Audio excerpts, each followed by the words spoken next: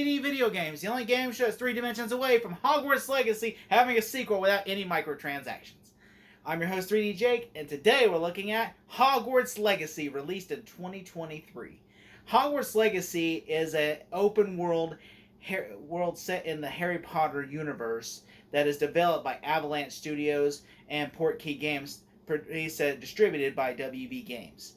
The game is essentially you create your own character and you take on this role, and as you progress through Hogwarts and unlock mysteries and solve quests and explore the grounds and develop friendships and relationships, and you go around trying to defeat trolls and dark wizards and giant spiders, and you have to do all kind of these tasks and tests for your school subjects, collect these objects and different things in this world.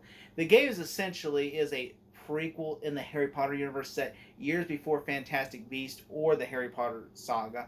And so essentially you play this character and you follow the storyline. There's a headmaster there. There's a Master Black is the headmaster there. And you're basically this character, and you can befriend like someone from Slytherin or someone from Gryffindor or someone from like Hufflepuff or Ravenclaw. But you could choose your own house as well. I chose Gryffindor because I'm a Harry Potter guy. Just me. I like the Gryffindor always. I know a lot of people like choosing Slytherin, but Harry Potter all the way, guys. Sorry. But yeah, I'm a big fan of this game. I really love this game. This game was developed, of course, by Portkey Games and Avalanche. And I know when this game was coming that I've been looking forward to this game for years because I'm a huge Harry Potter fan. I grew up loving the movies. I grew up playing the games. Like, seriously. When I was a kid, I remember for Christmas getting Harry Potter and the Sorcerer's Stone, the video game for the PC, even though I didn't have a PC, so I was kind of bummed about that. But then I remember getting it for like the whole 3 games on PS2. I got Chamber of Secrets, Prisoner of Azkaban, and I got Goblet of Fire. And I just remember playing the hell out of those games. I remember loving Chamber of Secrets and not really liking Prisoner of Azkaban or Goblet of Fire, the game, not the movie. And so because the second game is really open world. You get to go around and collect quests and everything, and just explore Hogwarts. And if you're about past midnight, then you get in trouble, and then you get points off Gryffindor and just things like that. And you get to play Quidditch and just all this stuff. And I just remember that just enjoying that game so much, having so much fun memories of playing that game. I mean, it was such a fun, and every time you'd walk down the steps and it would just make that cha-cha-cha music, And and I just remember also every time Flipendo, and just stuff like that. It was like a really fun game. And I remember playing the third game as well, Prisoner of Azkaban. That just felt like more of a tie-in game that was made quickly, and it didn't have much love and care to it. And same with the fourth game. Both those games were just made to coincide with the movie's release date, and it kind of sucks because if they would have took more time, they could have been really great games. But I know Order of the Phoenix, which is a game I briefly played, but I don't remember much of it. I know it had a lot more impact, especially that and Half-Blood Prince. But I know the rest of the Harry Potter games, such as the Deathly Hallows games, are just terrible games that you should never touch because it's mostly just arcadey type games where you basically are behind the thing going pew pew pew. It's just a shooter with wands, and essentially. And I think it's not.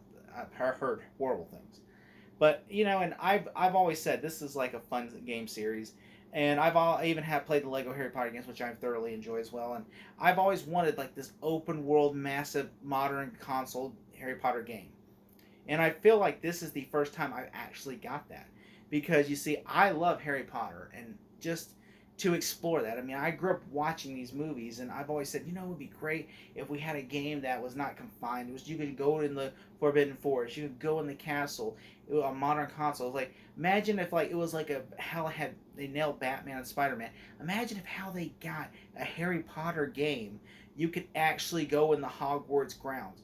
You could actually create your own character. You could actually do all these cool things. You could actually fly on a broomstick and a dragon, and you could You could literally go to iconic locations from the movies and in the books that you read about. And then guess what? We finally got the game. I mean, it was so good. I remember seeing the trailer, and I'm like, man, I hope this game is worth it. I hope this game. I remember seeing a leaked image of the character creation in the game, and I'm like, That's like a fake. That's some fake. No, it's either that or it's like a canceled MMO or something like that. And no, it wasn't. Then when you see like Portkey Games releasing this, and then you see it's a real game, and it's not going to be some kind of like cheap mobile game or something like that. It's just going to be like an actual AAA game. And I mean, this is something that I've always been looking forward to, and I just cannot believe that we are actually getting this game, and I got to play it. I remember I bought the deluxe edition because I want to be able to play on the dark side and the light side. And I will say with this game, you can actually do that. You have options where you can make morality decisions. Like, look, you can kill people in the game, and it does kind of slow you down some. Like, for instance, you don't get sent to Escoban if you kill a bad guy. You can't kill animals or pets or anything like that.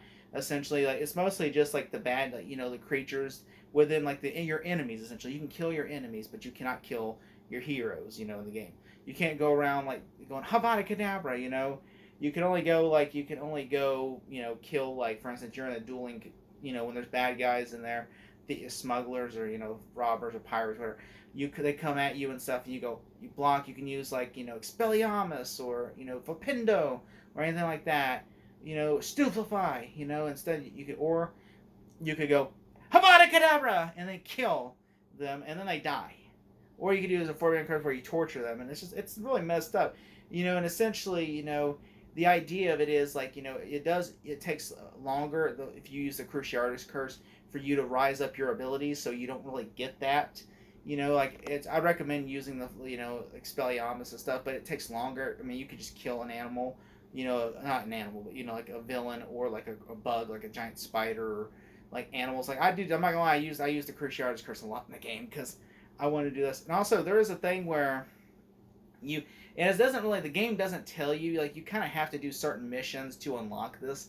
Like for instance, you have to do Sebastian missions, who's in Slytherin, to get the Cruciatus curses. Like a lot of the curses and stuff you have to unlock through certain things, which it does tell you. It does kind of tell you in the game, like, hey, this mission unlocks this spell. This mission unlocks this spell, and I think that's really good. I know that if you played in Hufflepuff, I believe you'll get to go to Azkaban prison, which I kind of wish they would unlock that for everyone, that mission for everyone.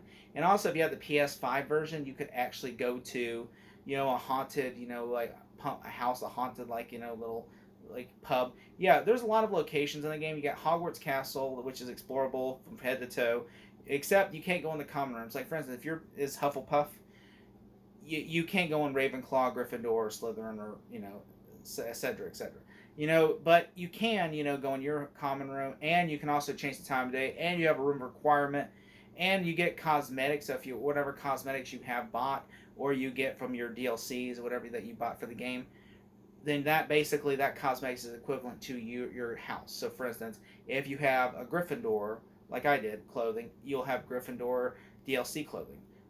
If you had Hufflepuff, then you'll have Hufflepuff DLC clothing. So it's whatever it is, up to you. And I recommend, if you customize your wand, I would recommend you think about the wand, because I customized mine to try to look like Voldemort's wand, and it's such a horrible job of customizing it to where, and you can never go back and rechange the design. I wish you could. I'm hoping that they're coming out with future update sometime, and I'm hoping there's two things I really like, because as the story progresses, you get time of season change.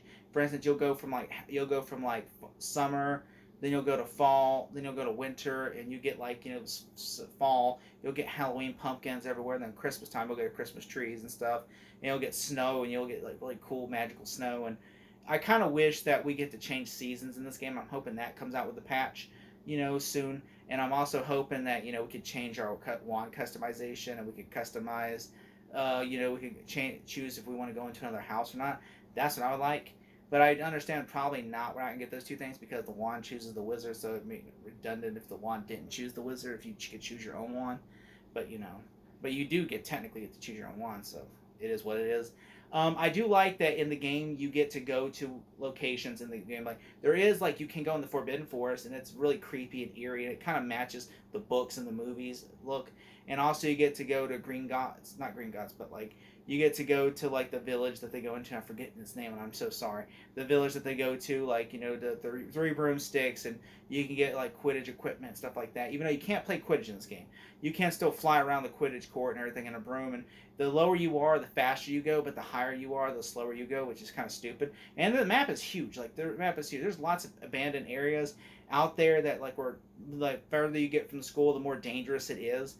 Like, there's the train tracks from the Harry Potter films, and then there's like this, like, oh look, that, like, you know, that looks like the place where Dumbledore died, and it's not. I mean, it might be, but, you know, like, and then it's like, oh, and there's this area right here where there's lots of pirates, and there's even trolls.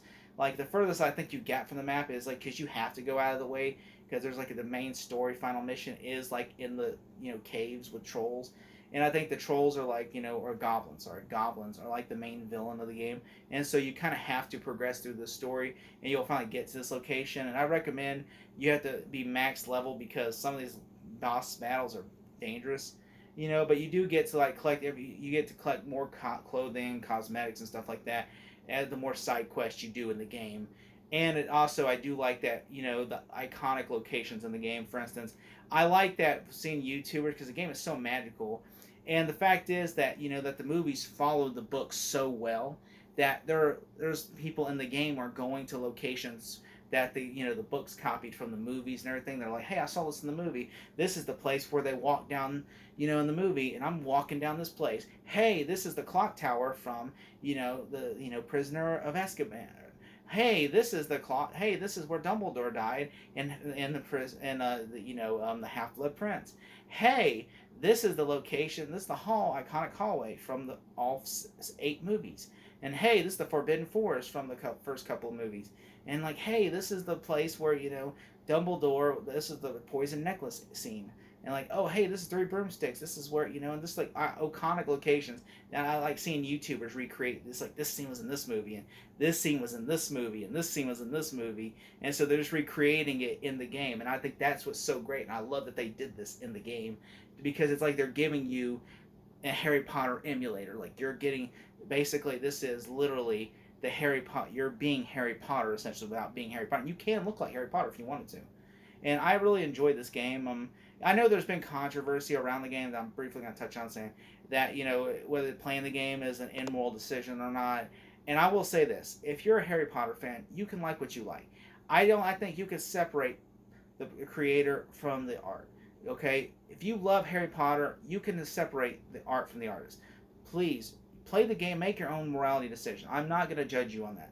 Okay, that is your own choice. Whether you support someone or you don't support someone, that's up to you, and that's you alone, man. If you love Harry Potter, doesn't make you a bad person. It just makes you like, hey, you love Harry Potter.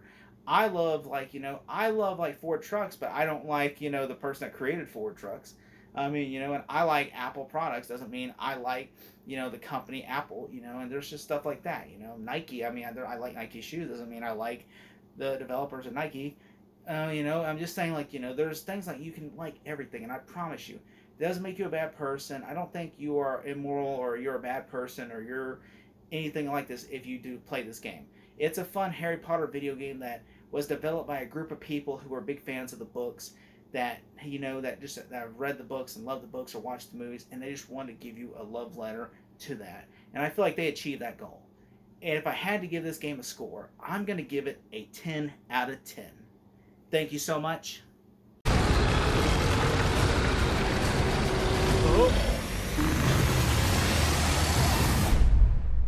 We leave our legacy in your hands.